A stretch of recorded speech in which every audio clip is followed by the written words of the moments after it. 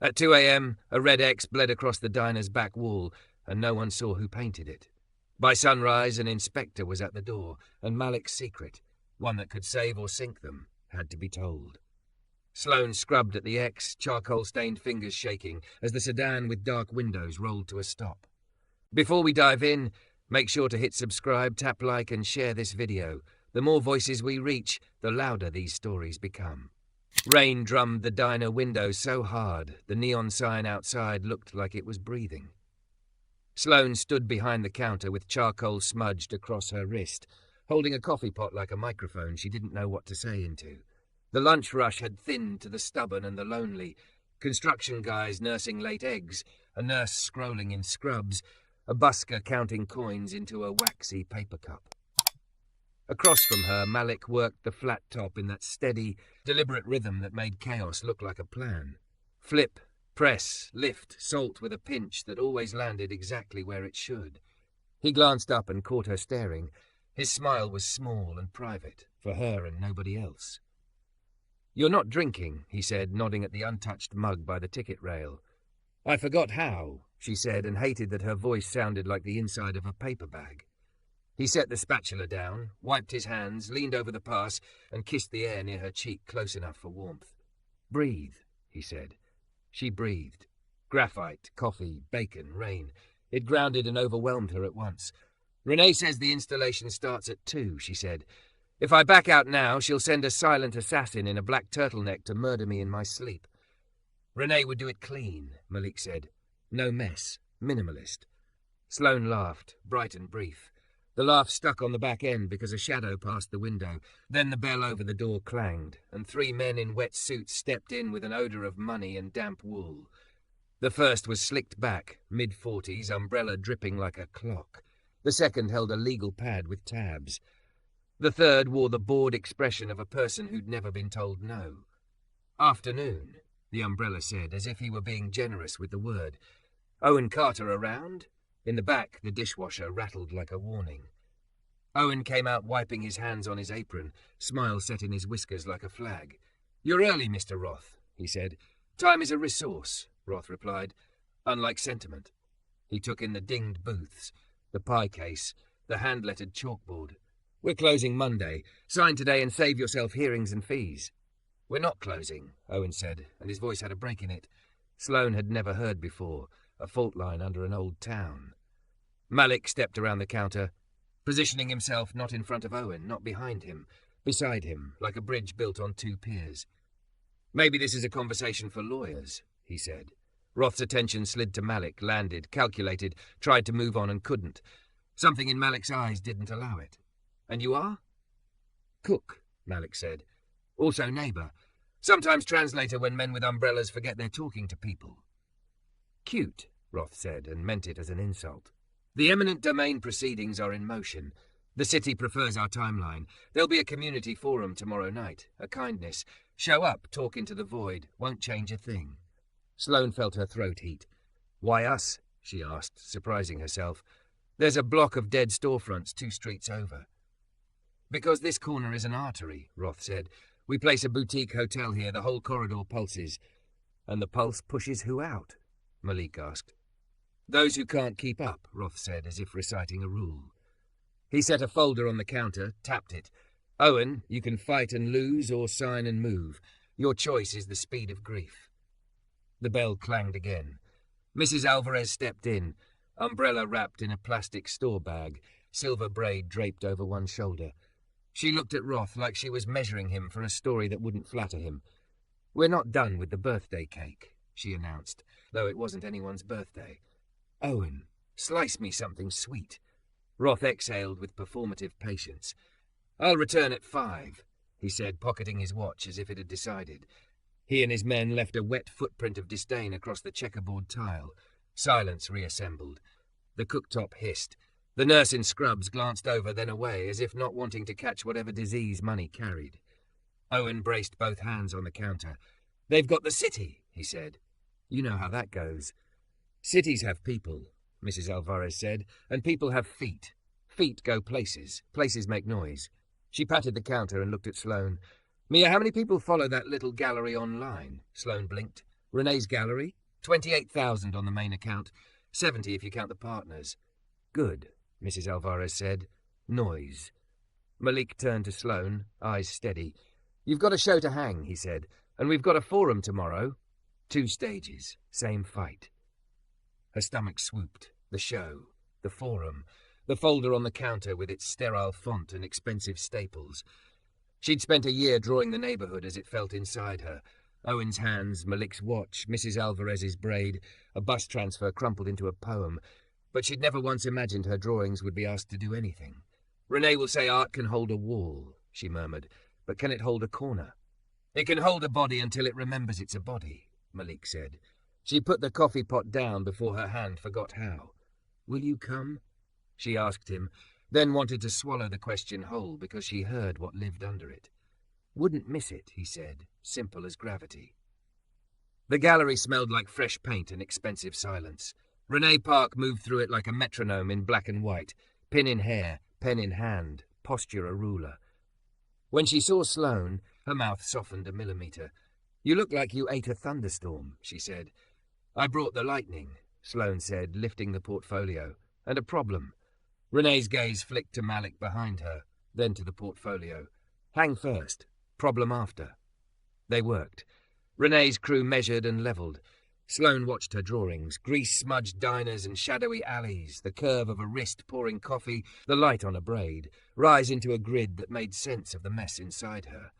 Malik carried frames like they were living things, fingers gentle on the edges. Twice he caught Sloane watching and did nothing except keep being exactly who he already was. At 2:45, Renee finally paused, slid the pen behind her ear and fixed Sloane with that precise, surgical attention that cut arrogance out of a person and left the truth. Tell me, she said. Sloane told her. The folder, the forum, the way Roth said artery like it was a compliment to cut one. Renee listened without blinking. We'll live stream, she said. Your opening becomes a rally. Not slogans, stories. People will come for the art. They'll stay for the corner. Sloane's throat tightened. What if this makes me a joke? The thick girl with the sob story and her charcoal heroes trying to stop a hotel with hashtags. Renee stepped closer. You are thick, she said, crisp and unembarrassed, as if stating a technical spec. You are also lethal when you decide to be. I selected you because the drawings feel like a held breath, finally exhaled. Exhale on a microphone and the room will remember oxygen. Sloane wanted to borrow that certainty and live in it, just for a day. Malik touched her elbow, a small current. Say it to the wall, he murmured. Then say it to them. Say what? What you wrote in pencil under the sketch of Owen's hands, he said. She blinked. You read that? I see, he said, which wasn't the same as I snooped and somehow mattered more. Renee gestured at the drawing in question. A pair of broad palms, coffee steam curling around the knuckles. Beneath it, faint as a secret, Sloane had written, What feeds you should not be forced to starve to prove it's useful. Renee read it, nodded once. We open at 6, speak at 7:30. I'll line up press.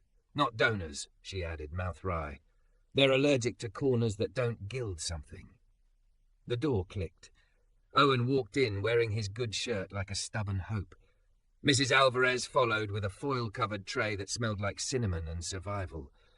The nurse in scrubs from earlier came too, hair now in a bun, a little boy in tow who ran to the drawings and stopped as if the paper could hear him. The room changed temperature. Not warmer, truer. Sloane stood under the track lights and watched the life she'd drawn step inside the frames.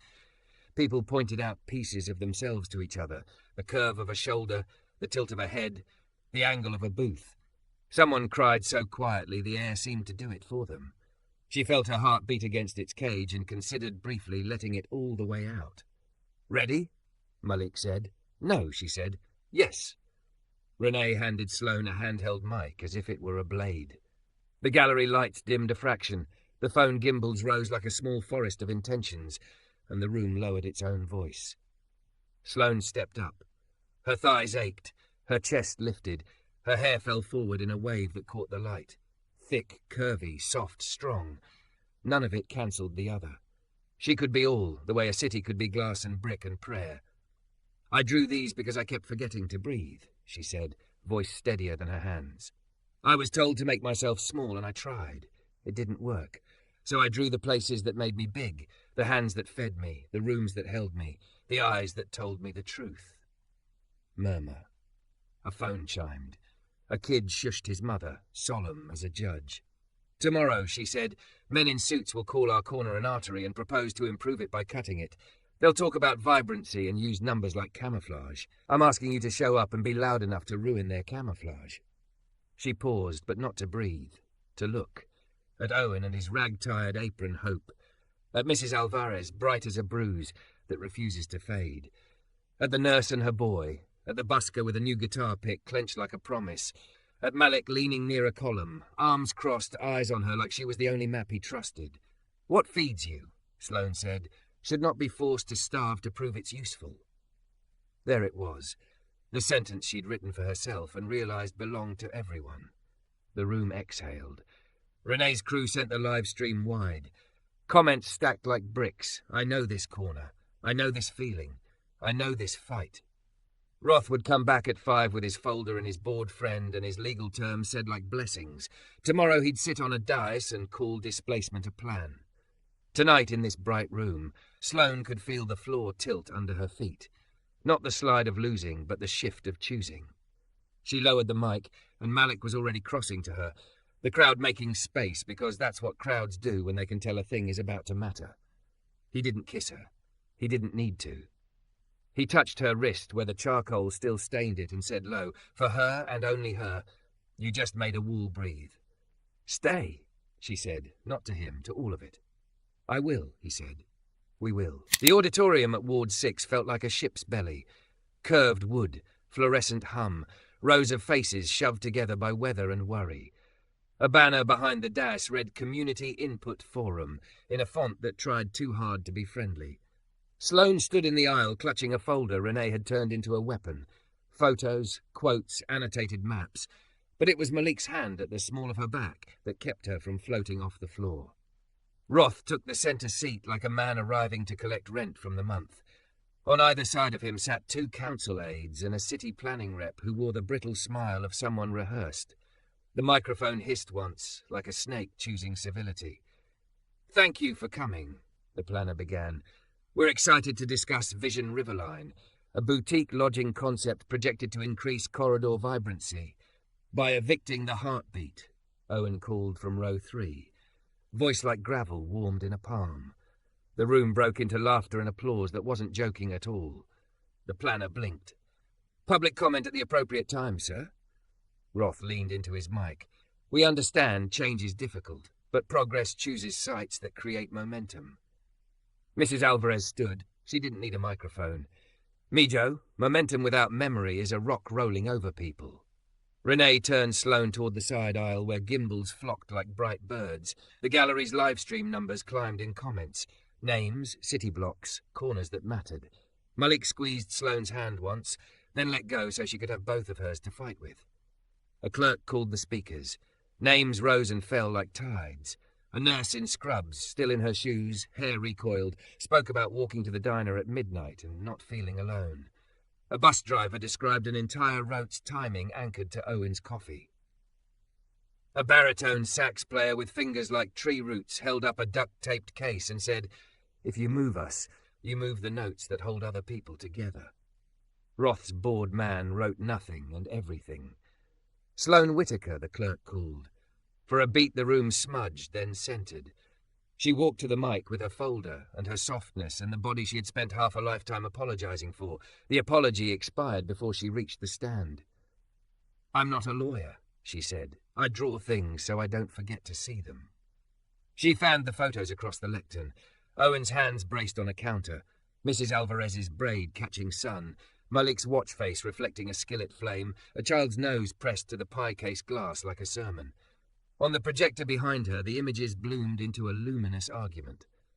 You say artery, Sloane said, eyes on Roth, and I agree. But arteries carry blood to hearts. A corner like ours feeds people who feed other people, and you can't call that blight just because it doesn't tip a valet.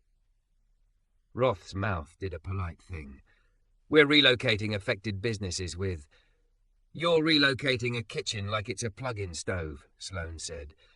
But a kitchen lives in the number of steps between the grill and the window. in the way the doorbell composes the morning, in the old man who sits on the end stool, because that's where his wife sat when she was still here. You can't forklift that. A ripple moved through the room. Even the planner looked moved against her will, like a tree reminded of its roots. Sloane turned a page, found the line that was both map and banner. What feeds you should not be forced to starve to prove it's useful. Silence. Then a low thunder of hands. The clerk's gavel asked the noise to be reasonable. The noise declined. Roth leaned in as if speaking gently might disguise a blade. Miss Whitaker, sentiment is not a land-use category. No, she said, but zoning for humans is. She stepped back. Malik's eyes caught hers. Proud, steady, a shoreline you row toward because it keeps not moving. Owen took the mic next, hat crushed in his fist. I signed the lease the week my son was born, he said. I learned to flip pancakes with him sleeping on my chest because we didn't have anyone to watch him. He grew up in that booth there. He pointed at nothing and everything. This place taught my boy to do homework and say ma'am and make change in his head. Don't tell me a hotel will do that. Name? The clerk asked, softening. Owen Carter. I brought pie. Laughter went off like small fireworks. I'll bring the whole tray next time if you'll keep the corner. When the mic came back to the dash, the planner looked at Roth with a question that wasn't supposed to exist. We can table the vote until we review community benefit options. Roth smiled without his eyes. Delay bleeds capital, councillor.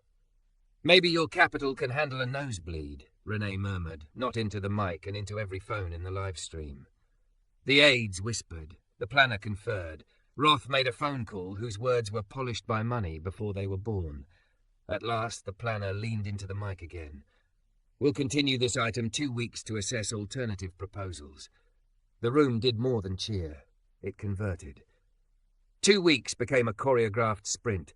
Renee turned the gallery into a staging ground, maps papered to walls, sign-up sheets taped to pedestals, a printer whirring like it believed. Alvarez organised phone trees at her kitchen table. Owen coordinated food for volunteers. The nurse drafted a petition between shifts. Sloane drew not just portraits now, but diagrams. Where light fell in the diner at 8 a.m, a diagram of morning greetings like a transit system, a comic strip of a city that wasn't tired of itself. Malik was ballast and engine. He hammered signs, spoke at a barber shop and a church basement, took late shifts so Owen could meet with a community land trust attorney, held Sloane when the camera lights turned her bones to bells, and kissed her in the quiet between everybody else's needs. He said we, even when the sentence was about her. One night at 2 a.m, he found her at the booth by the window, sketching the corner from memory. Rain pinned halos to the streetlights. Her hair was a blur where she'd pushed it back too many times. He sat, legs sprawling, and slid her a steaming paper cup. You're a ridiculous man, she said, grateful. He tilted his head. For you, I'll be worse. Her laugh went softer than steam. Tell me something true, she said, code for I'm tired of being brave. He watched the dark outside as if it could be read. The first time I saw you, you were drawing a napkin like it was a cathedral. I realized I'd been eating breakfast wrong. She put the pencil down. How do you do that? What? Make me want to walk toward what scares me. He shrugged. I don't. I just hold the door open. She leaned across the table, kissed him like a hypothesis becoming law, and when they parted, she whispered into the inch of air between their mouths, Don't let me run. I couldn't if I tried, he said. On the night of the continued hearing, people arrived holding themselves like instruments that finally knew their song. The clerk called the item. Roth looked carved and patient. The planner's expression had been replaced with a human's. We've received an alternative, she said, from a coalition of residents, small businesses, and the Cherry Street Community Land Trust. She lifted a packet. It identifies the corner as a community legacy site, proposes a mixed-use rehab of the 2 vacant parcels 2 streets over, and secures financing that doesn't require displacing current tenants. Unworkable, Roth said smoothly. Investors won't. 5 Rivers Holdings will, someone said from the back, voice steady as a strike plate. Heads turned as a tall man stepped forward in a dark jacket and work boots that had more miles than their leather admitted. He handed the clerk a letter. The camera crews tilted like sunflowers. Sloane felt Malik tense with recognition before she recognized the posture herself. "Name for the record?" the clerk asked. "Malik Thompson," he said, "managing partner." Sloane's mouth parted with the quietest astonishment. She'd known he had steadiness like a bank. She'd not asked what currency it held. He caught her eye across the rows and gave a small apology of a smile that meant, "I should have told you sooner, and I'm telling you now because the moment deserves the truth." The planner scanned the paper. Five Rivers commits bridge financing and acquisition of the vacant parcels, contingent on legacy designation for the corner and long-term leases to existing tenants at stabilized rates. Roth tried to stand and found, briefly, the floor had its own opinion. "This is an ambush." "No," Malik said. "It's a map." The aides huddled. The planner conferred with the city attorney. In the gallery of faces, people weren't breathing. They were holding the inhale like a shared liturgy. Sloane reached for Owen's knotted hand. Mrs. Alvarez pressed her shoulder. Renee's chin lifted. That fraction that meant a strike she'd always believed was possible had finally landed. The gavel rose, fell. "The council designates the Cherry and Third Corner a community legacy site," the planner said, "and approves the coalition's alternative. Vision Riverline is approved for the alternate parcels with the condition that 30% of rooms are priced for workforce visitors and ground floor retail prioritizes neighborhood businesses." The sound that followed wasn't applause. It was relief breaking open. Roth gathered his folder like a man folding a map he'd misread. He looked at Sloane for the first time as if she were an obstacle with a pulse. "This isn't over," he said. "It never is," she answered, and turned her back on him without fear, which is a kind of ceremony. At dawn the next morning, the diner's doorbell rang its thin silver song. The corner smelled like rain rinsed clean. A temporary banner hung above the window. "This corner feeds us." Malik climbed the stepladder and straightened the edge. Sloane, in her paint-spattered jacket and a dress that hugged her and didn't apologize for it, held the other end until the tape caught. Owen flipped the sign to open like a benediction. Mrs. Alvarez set a pie on the counter with the gravity of a crown. The nurse set her boy on a stool, and he kicked his heels like a drummer learning a beat that was always his. "Speech," Renee said, sipping black coffee like it was a vow. "But keep it under 2 minutes. Some of us have reputations for brevity to maintain." Sloane stepped onto the stoop. No mic now, no gimbals, just the corner and the people who made it true. She looked at Malik, who looked back like a horizon. "I don't have a speech," she said. "I have a promise." She turned to the brick wall beside the door, where a new mural climbed from sidewalk to awning, her charcoal translated into paint. Owen's hands, Mrs. Alvarez's braid, the boy's profile, Malik's watch reflecting a skillet flame.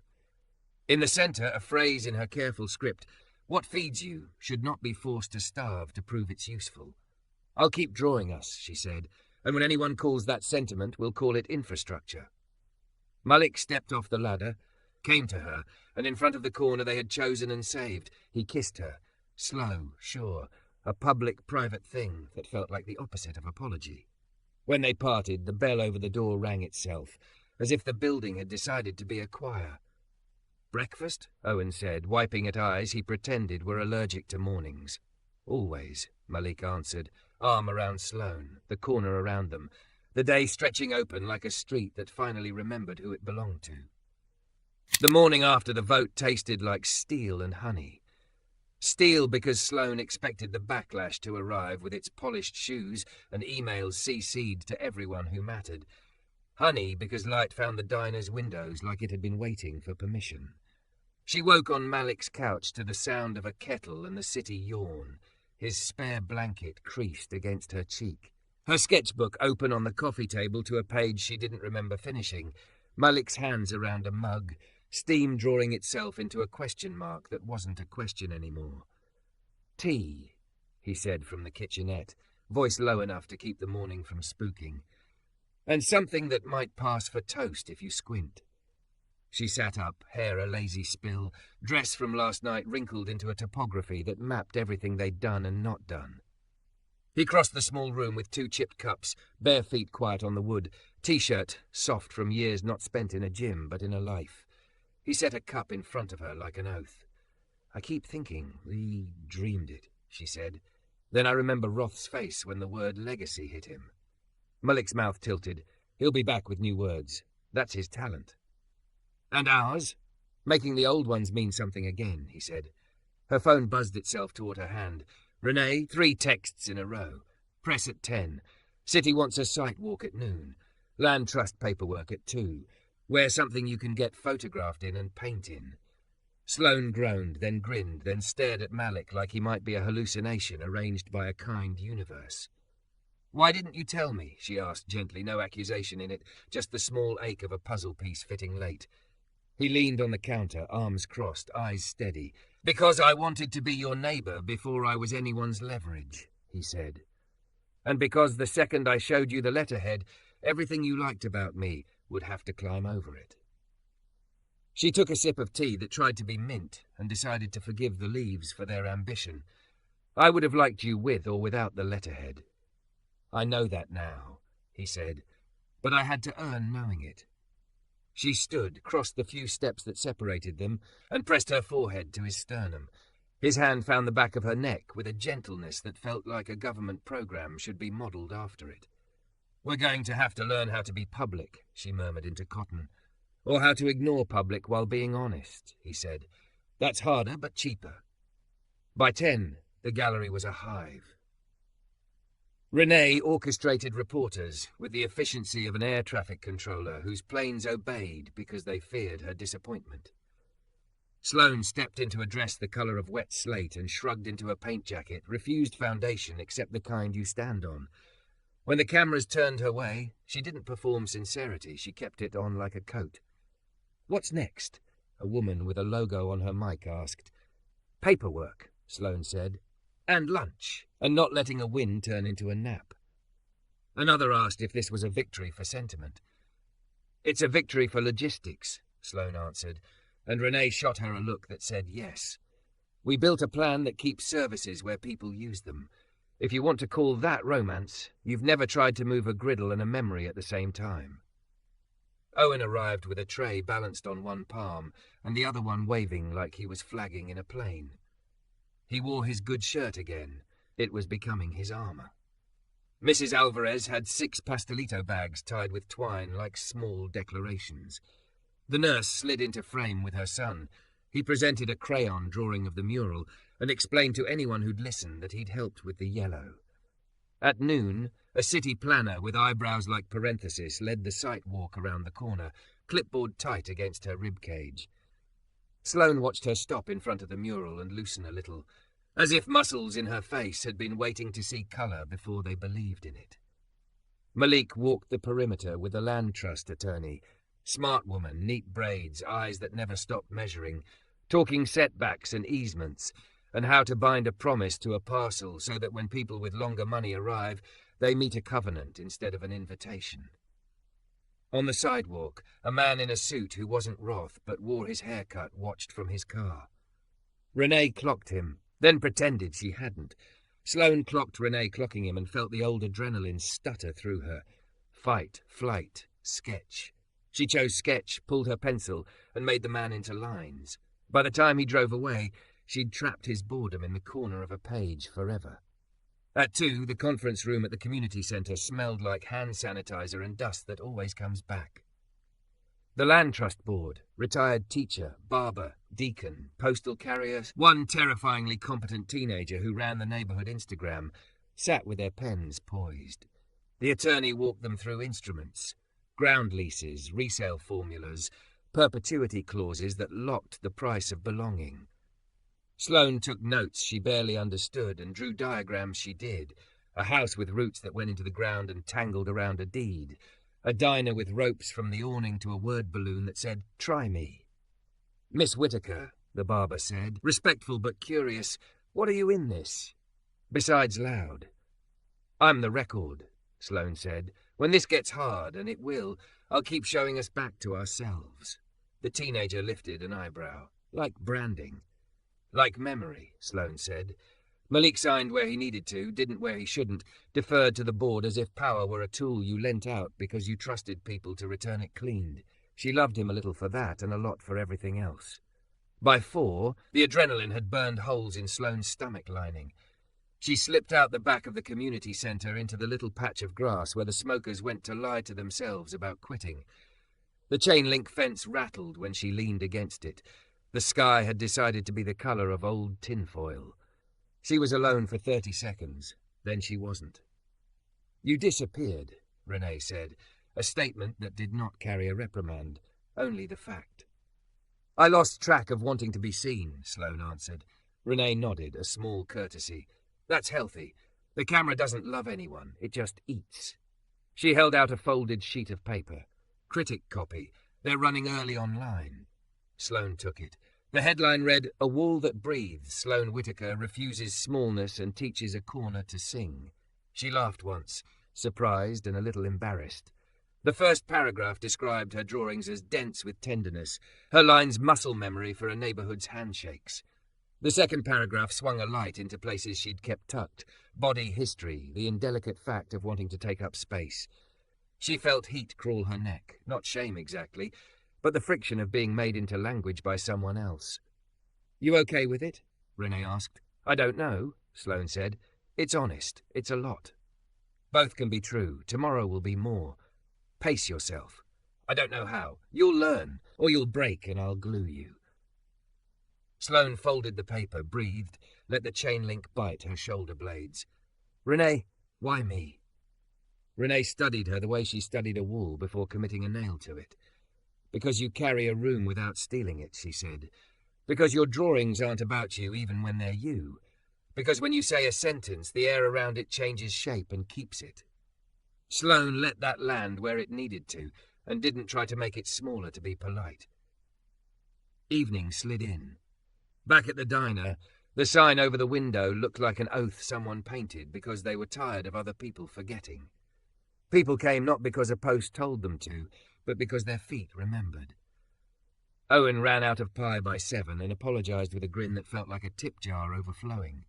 The little boy fell asleep with his cheek against the mural's lower left corner until Mrs. Alvarez shooed him home with a plastic container and a kiss perpendicular to his hairline.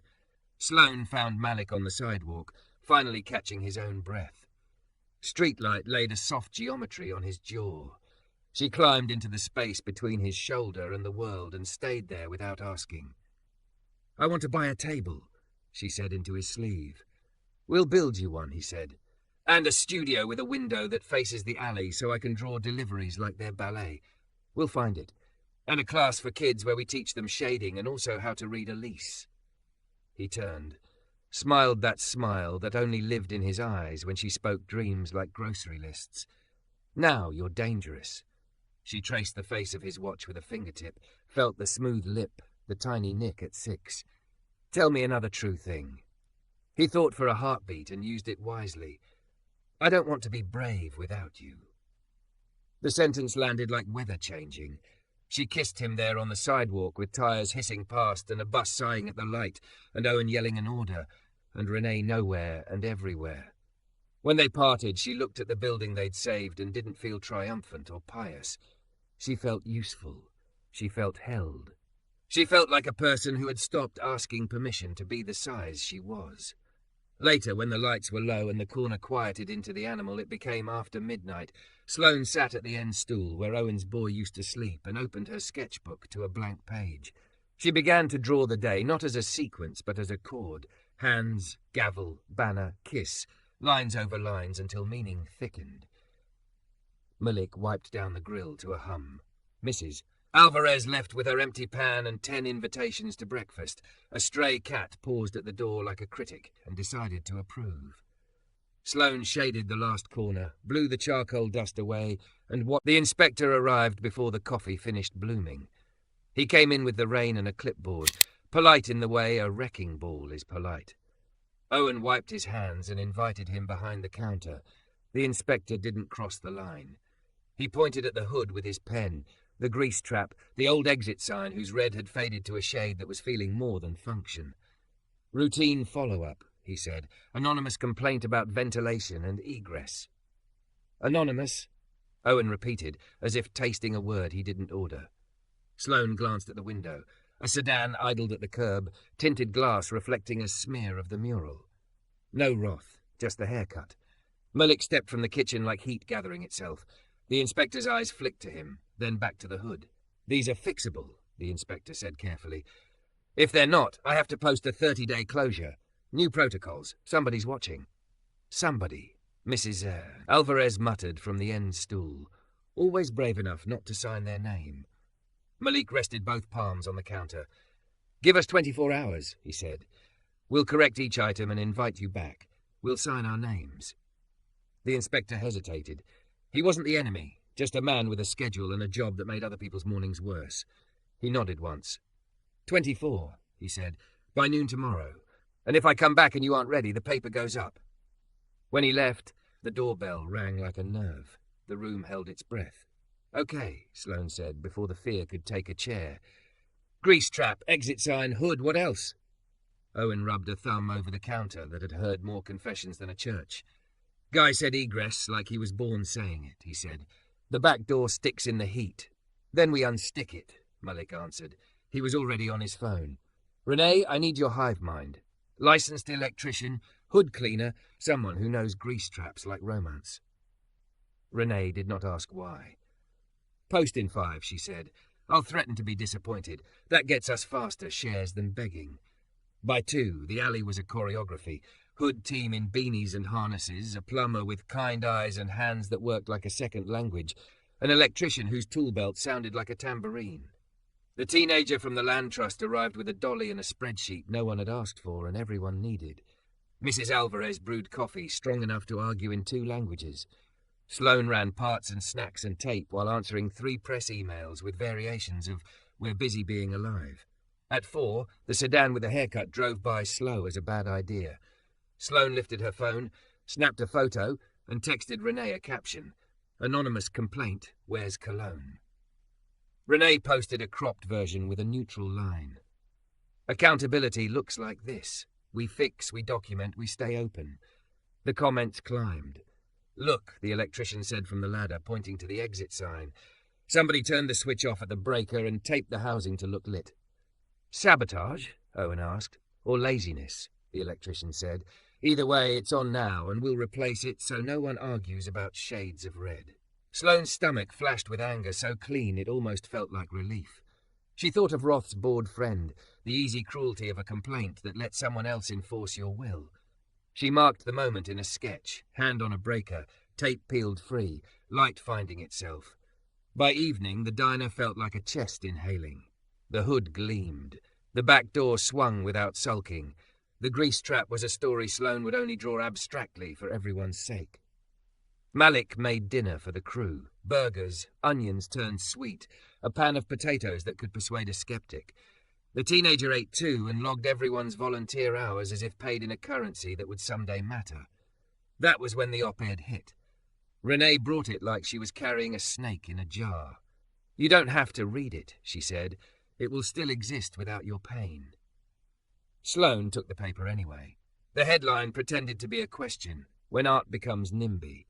Is the Cherry and Third movement about community or a curvy influencer's brand? The paragraphs were smooth and mean. They framed her body as tactic, her drawings as manipulation, Malik's financing as shadow, the land trust as theatre. The writer called Owen's diner nostalgia tax and suggested Mrs. Alvarez was a lovable prop.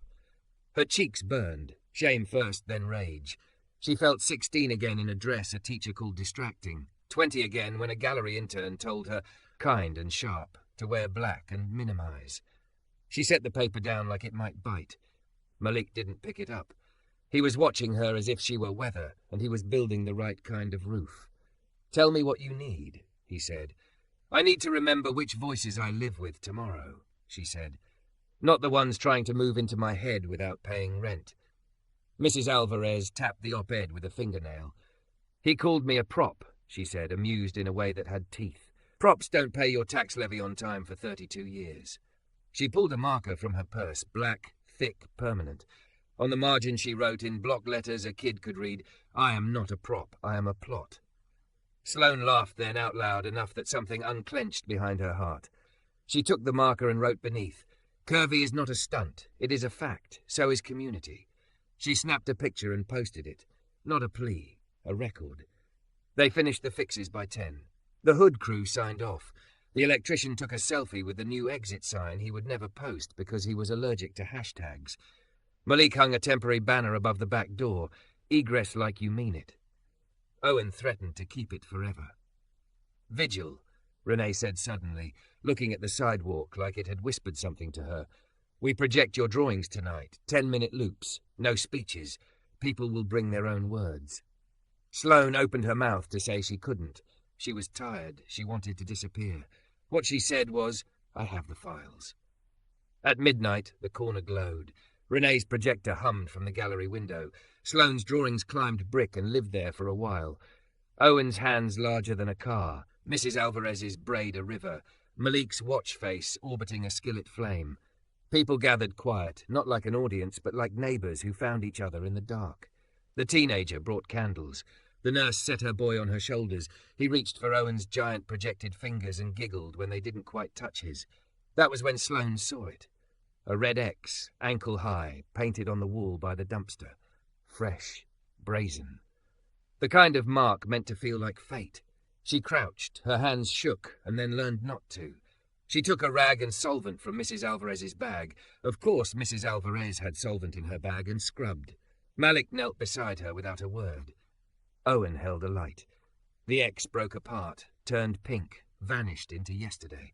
Sloane stood in the crowd, which had pretended not to look to protect her, cheered like small birds. Try again, she said to the alley, not caring who heard. At dawn, the inspector returned. He walked through the alley, checked the hood, opened the back door and grinned when it didn't fight him, looked up at the new exit sign and nodded like he'd been personally vindicated by Red. He initialed each line and handed Owen a copy of their own survival. Someone will always complain, he said quietly. I can only enforce what's true. Then we'll keep telling the truth, Sloane said. He hesitated. My wife watched your projection on her phone, he added, flushing. She cried, said she could smell cinnamon. When he left, the sedan with the haircut was gone. The morning was not gentle, but it was honest. Sloane wiped her hands on a towel and caught Malik watching her with that look that was half pride, half promise. Gala tonight, he said, as if announcing weather. Downtown, 5 Rivers, other funds, the Land Trust Board. Ugly suits, good checkbooks. Will you come? She thought of stepping into rooms that had once swallowed her, of eyes that would weigh her and file the number away. She thought of candles on brick and a boy reaching for a drawing like it was a toy that wanted him back. I'll come, she said, but I won't let them turn me into a brochure. In that dress, he said, smiling, you'll turn them into a community meeting. That night, the hotel ballroom smelled like lilies and tax strategy. Malik cut through it with the ease of a man who refused to be impressed by chandeliers. Sloane walked at his side, a soft black dress on her body like an apology she declined to make. Donors nodded. A venture guy tried a joke about murals increasing property values. Sloane did not laugh, and the joke forgot itself. The Land Trust Board looked excellent in thrifted blazers. The teenager lived posted with sly captions and perfect lighting. Halfway through a speech that called philanthropy risk, Roth appeared by the bar like an omen. He didn't approach. He positioned. The city planner joined them with 2 flutes of something that pretended to be joy. There's an ethics complaint, she said, eyes tired, voice level, alleging undue influence. Managing partner, romantic partner, public pressure, a cocktail they hope will numb our judgment. Administrative review at 9 a.m.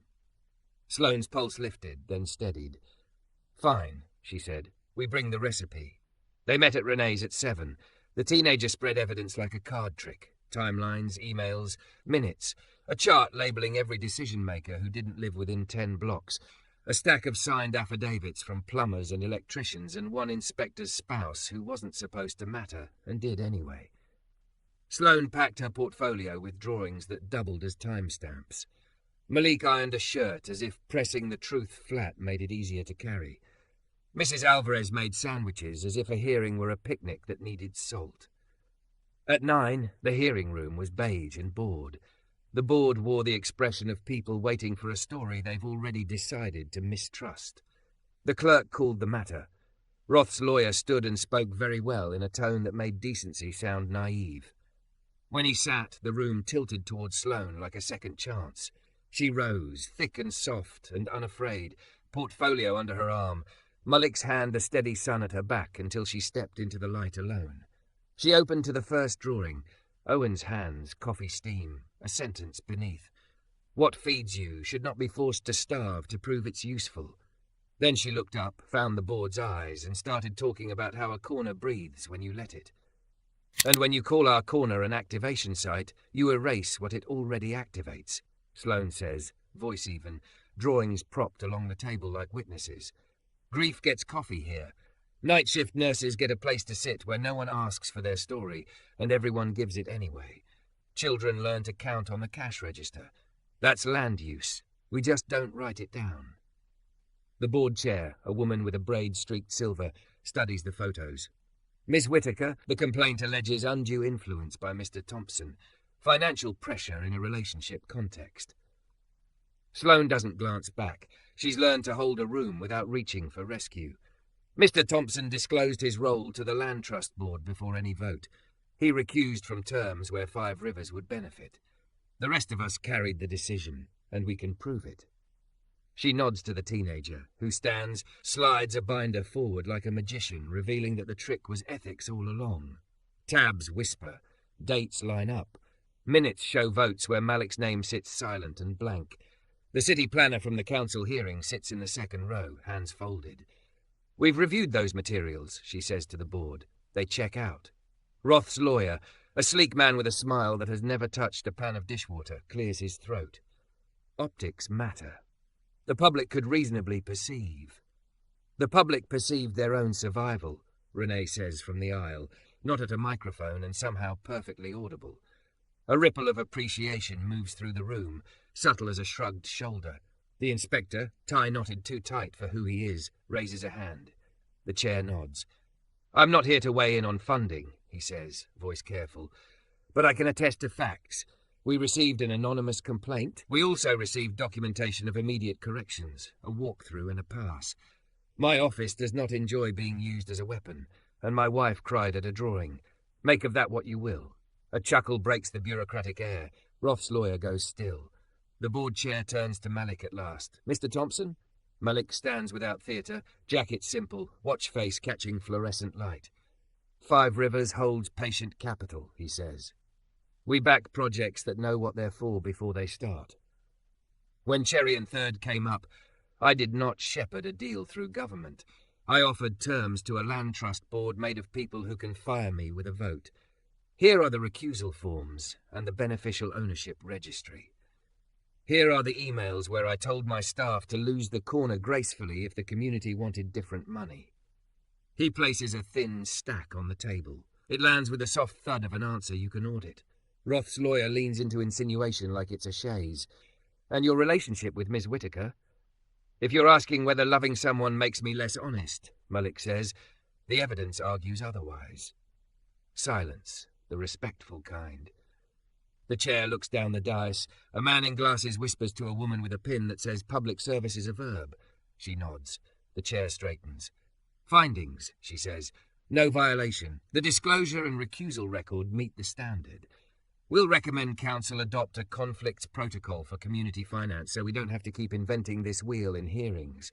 We'll also refer the pattern of anonymous complaints to the Inspector General and to the writer who suggested a community matriarch is a prop. We don't adjudicate taste. We do recognize harm. Try harder. A breath releases. It is not a cheer. Cheers belong to endings. This is the thing that comes after a held breath. Oxygen. Outside, the steps fill with neighbours and questions, and the kind of congratulation that knows the work is not over, but chooses joy anyway. Owen shakes the inspector's hand like he's forgiving him for calling at dawn. The nurse lifts her boy so he can see over the shoulders, and he announces solemn, "We get to keep my pancakes." Mrs. Alvarez kisses the chair's cheek with grandmother audacity. Roth is nowhere. His haircut shows up in a different sedan, glides by, learns nothing. Sloane stands with her portfolio pressed to her ribs, relief running across her nerves like rain across glass. Malik finds the edge of her sleeve with his fingers, just that. A touch that says both proud and careful. Reporters angle toward them. Renee steps into the frame like a Met Guard dog who prefers checklists to teeth. What do you say to people who call this movement nostalgic? A mic blooms. I say nostalgia is missing something that's gone, Sloane answers. We're refusing to let it go in the first place. What's next? Rent's due, she says, smiling for real. We pay it with breakfasts. They walk back to the corner, because that's where you go when victory is a verb. The banner over the diner door flaps once, then decides to hang straight. Inside, Owen burns the first batch of bacon because his hands shake. He laughs and burns a second on purpose to unjinx it. The teenager sets up a table by the window with flyers, legal clinic hours, kid art nights, a list titled What to Do When Anonymous Knocks. Renee tapes a printed sheet above the coffee urn. If you came here to be important, you will hate it. If you came here to be useful, welcome. Just after noon, a courier arrives with a rectangular package wrapped in brown paper and nervous tape. From a Mr. Klein, he says, mispronouncing it into kindness. Inside, a set of keys tied to a scrap of leather, a manila folder, a note on plain cardstock, Unit 2B, 211 Cherry. Lease assigned to the Land Trust.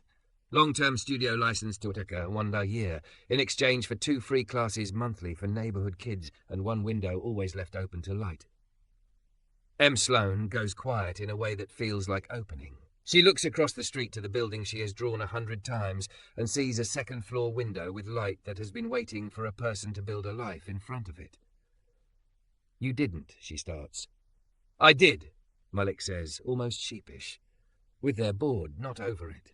You can say no. She does not say no. She says, come see it with me. They climb the stairs that will become muscle memory. The studio is a rectangle of scuffed floor and good bones, a sink that will behave if you talk to it nice, a wall big enough to take everything she hasn't said yet.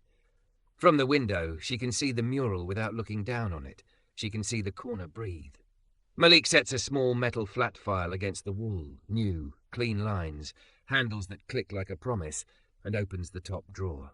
Inside, stacks of heavy paper, a tin of her preferred charcoal, an envelope travelled by hand, addressed in Renee's tight script.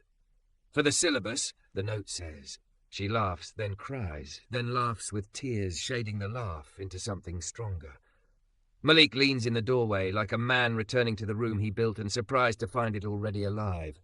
Tell me you'll draw here, he says. I'll draw us here, she answers, and kisses him with paint under her nails. In the weeks that follow, repetition becomes ceremony.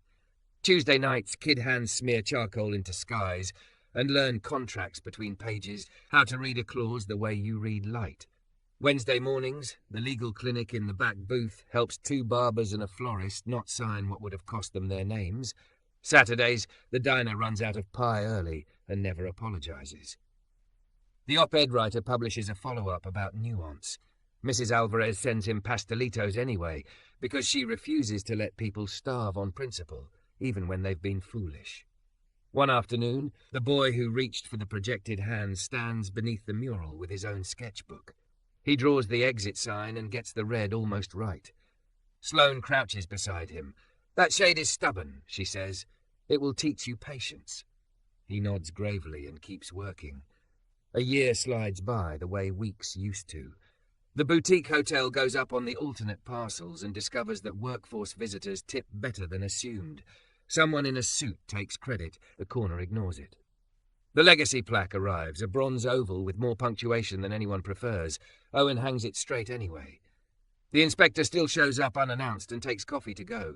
Roth appears once, a single block away, looks, leaves, the haircut grows out. On an evening thick with July, the diner closes early. The chairs tilt back like boats. In the studio upstairs, Sloane lays a fresh sheet on the board, while Malik fixes the crooked window pulley with the ease of a person who believes in working parts. She draws not the corner now, but the thing behind it, the web of hands holding it up, fingers on petitions, on spatulas, on pens, on small shoulders. Malik sets the pulley back, wipes his hands, crosses the room. They stand at the open window, forearms touching, listening to the faint bell of the door below as Owen forgets to lock it and then remembers. Streetlight pours in and turns their shadows into one shape with 2 steady centres. Tell me a true thing, she says. He doesn't think. This is home, he says. She nods. Outside, a bus exhales and carries someone away and someone toward. Inside, the paper waits. Sloane lifts the charcoal. The first line lands, then the next, then the next.